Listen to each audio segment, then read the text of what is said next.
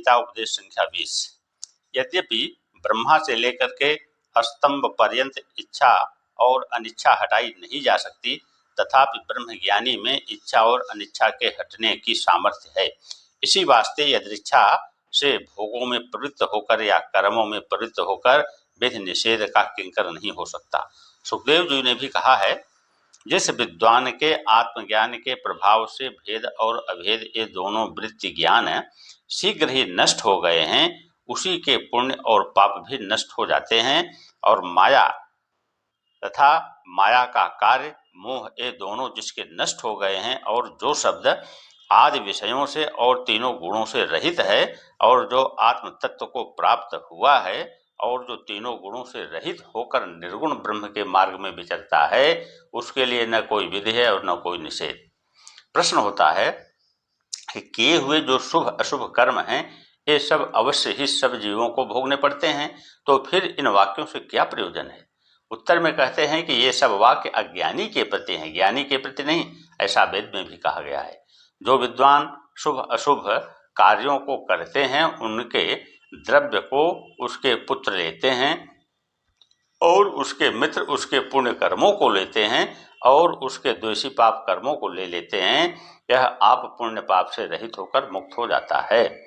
अर्थात केवल उतना ही काल उस विद्वान के मोक्ष में विलंब है जितने काल तक वह प्रारब्ध कर्म के भोग से नहीं छूटता है।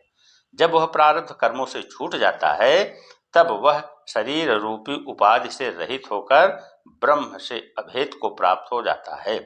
शरीर त्यागते ही विद्वान पुण्य पाप से रहित होकर और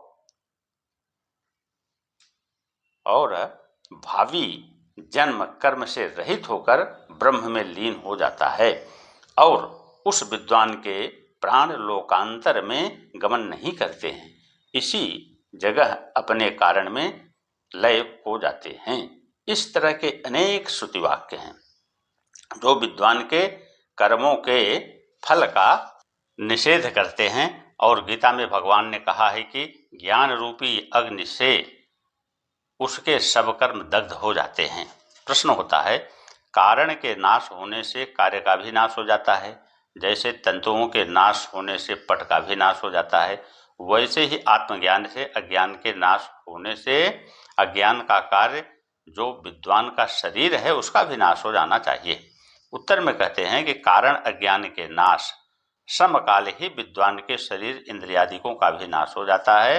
अर्थात ज्ञान रूपी अग्नि से विद्वान के देहादिक सब भस्म हो जाते हैं, पर दग्ध हुए भी उसके काम को देते हैं।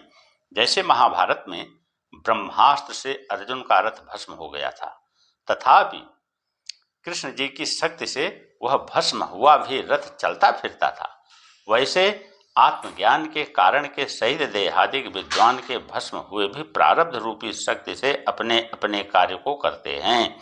अथवा नैयायिकों के मत में कारण के नाश से एक क्षण पीछे कार्य का नाश होता है। जैसे तंतुओं के नाश से एक क्षण पीछे पट का नाश होता है, वैसे ही अज्ञान रूपी कारण के नाश के एक क्षण पीछे विद्वान के देहादिकों का भी नाश हो जाता है। यदि कहो कि देहादिक तो ज्ञान की उत्पत्ति के पीछे अनेक वर्षों तक रहते हैं, वह नहीं। जैसे अल्पकाल तक रहने वाले पट का नाश भी अल्प है, वैसे ही अनादिकाल के अज्ञान के कार्य जो देहादिक हैं, उनके नाश के लिए दीर्घ काल लगता है। पूर्वोक्त युक्ति और प्रमाणों से सिद्ध होता है कि ज्ञानी के ऊपर विधि निषेध वाक्यों की आज्ञा नहीं है, किंतु अज्ञानी के ऊपर ही है। अद्वैत ज्ञान से द्वैत का बाध हो जाता है, और द्वैत के बाध होने से भय का कारण अज्ञान विद्वान को नहीं रहता है।